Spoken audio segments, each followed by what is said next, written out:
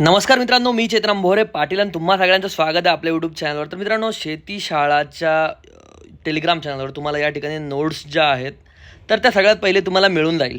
Okay. पण मित्रांनो, तुम्ही आतापर्यंत ज्या मार्केटमध्ये या सगळ्या नोट्स बघताय, या ऑर्डिनरी नोट्स आहेत. म्हणजे या नोट्स ज्या आहेत तर त्या खूप दशकांपासून चालत आलेल्या आहेत, जशाच्या तशा. पण मी तुमच्यासाठी स्वतः नोट्स डेव्हलप करत आहे. तुम्हाला जे परीक्षेमध्ये येणार तेच तुम्हाला आपल्या नोट्समध्ये दिसणार. या ज्या नोट्स तुम्हाला सध्या मार्केटमध्ये सर्क्युलेट होत आहे, तर या नोट्समध्ये ते पर्टिक्युलर टॉपिक्स वगैरे नाही. आणि तुम्ही म्हणाल की त्या नोट्ससाठी तुम्ही चार्ज करणार का? नाही. तुम्हाला माझ्या नोट्ससाठी कुठलाही चार्जेस वगैरे राहणार नाही. तो ऑलरेडी शेतीशाळाच्या ॲपवर येईल. कधी? 8 तारखेला. कारण की आपण सध्या थोडा ब्रेक वगैरे दिलेला आहे. आपल्या काही नोट्स तयार आहेत आणि काही नोट्स जे आहेत तर ते येतात. सगळ्यात पहिली गोष्ट म्हणजे आता त्या नोट्सच्या संदर्भातला विषय तुम्हाला क्लिअर झालेला असेल. शेतीशाळाच्या वरती तुम्हाला गलत नोट्स वगैरे जे आहेत किंवा नोट्स सगळ्या व्यवस्थितच आहेत ज्या आहेत त्या, पण त्याचं सेग्रिगेशन जे आहे तर ते व्यवस्थित व्हावं म्हणून शेतीशाळा जे आहे तर तुम्ही टेलिग्रामवर सर्च करा फक्त, आणि त्या ठिकाणी तुम्हाला नोट्स ज्या आहेत तर त्या भेटून जाईल. ओके. या नोट्स मित्रांनो तुम्हाला ज्या रेग्युलर सगळे मुलं यूज करतात या त्याच नोट्स आहेत, त्याच्यामुळे यात काही वेगळा डिफरन्स नाही आहे. राहिला प्रश्न स्पॉट राऊंडची गर्दी. तुम्ही बघू शकता, जर राऊंडमध्ये ॲडमिशन झालात तर तुम्ही बऱ्यापैकी लकी आहात. ओके. हे फर्स्ट डेला मी गेलो होतो त्यावेळेस खूप गर्दी जी आहे तर ती स्पॉट राऊंडला होती. हे पुण्याचे दृश्य आहेत. ओके.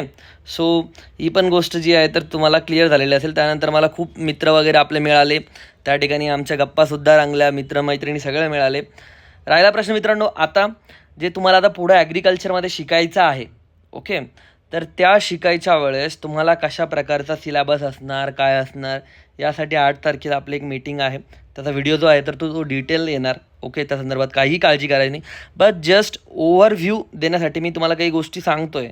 पण आता तुम्हाला या गोष्टीवर सध्या तरी फोकस नका करू. तुम्ही पहिले गणपती वगैरेचा आनंद घ्या, कारण तुम्हाला हेच करायचं आहे नंतर.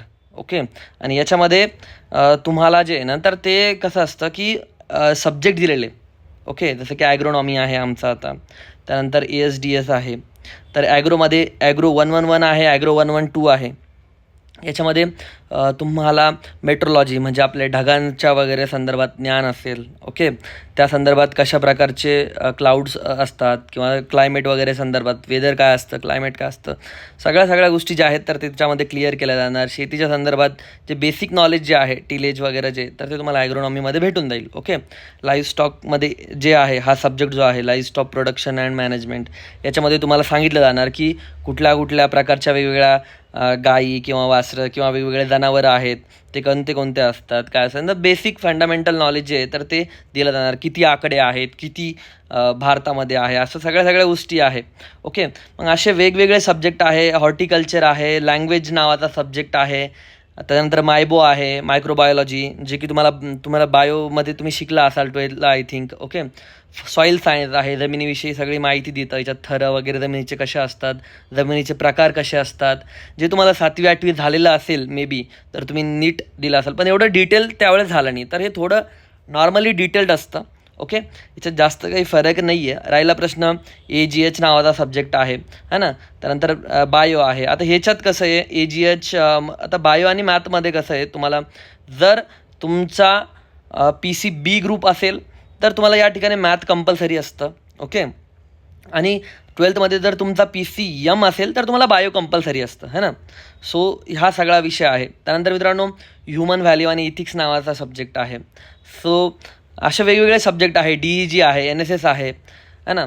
सो ह्या सब्जेक्टला आपण फारसं महत्त्व देत नाही, बट हे पण तेवढेच महत्त्वाचे आहेत. तुमचे मेनली जे सब्जेक्ट आहेत जे की तुम्हाला या ठिकाणी कोर कोर्सेसमध्ये येतात, तर या कोर कोर्सेसचा तुम्हाला बऱ्यापैकी अभ्यास जो आहे तर तो करायचा आहे. ॲग्रिकल्चर हेरिटेजमध्ये तुम्हाला तुमचं ॲग्रिकल्चरचं कशी हिस्ट्री होती, निओलिथिक्स वगैरे सगळे पिरियड्स वगैरे ते सगळं शिकवलं जातात.